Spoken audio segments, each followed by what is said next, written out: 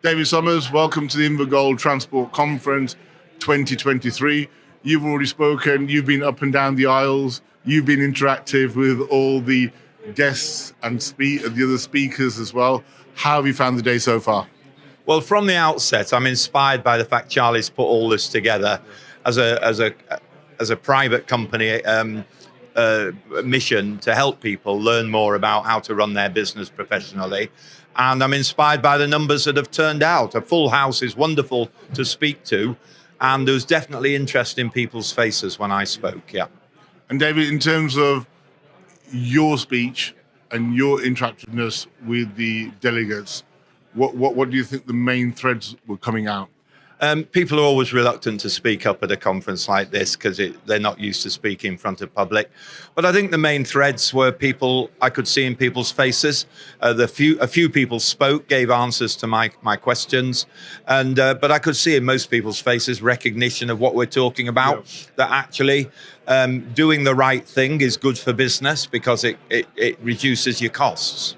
Yes, prevention is always better than cure. Yeah. And the fact that you mentioned right at the outset, Charlie Ahmed has put this conference on, and as a private company to do that for the wider community, how critical is that in terms of preventativeness and information sharing going forward?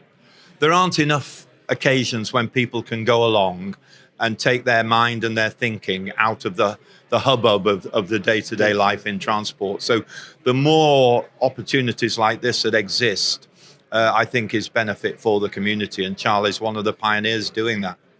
And you mentioned about the amount of delegates. I think it's overflowing from the queues that we can see at the moment. Now, do you think this type of conference and the information sharing, how often do you think that should take place in order for people to stay on the right side, not only of the law, but of policy, of practice, and on what's going on the ground? That's a really good question. How often do we need to think about what we need to think about and do something about it? Which is why I exhorted the audience to go back today and make some notes about when are they going to start the process of cutting the cost of diesel. It probably needs more people like Charlie to set something up. This is the West Midlands Transport Conference. Anyone can attend it. So this catchment area is covered in that respect, but it would be nice to see 5 or 6 entrepreneurs doing this around the country, or maybe even Charlie doing this around the country. Charlie doing it nationwide. Yeah. So that more people have an opportunity to go more often. Yeah. Because I think the kinds of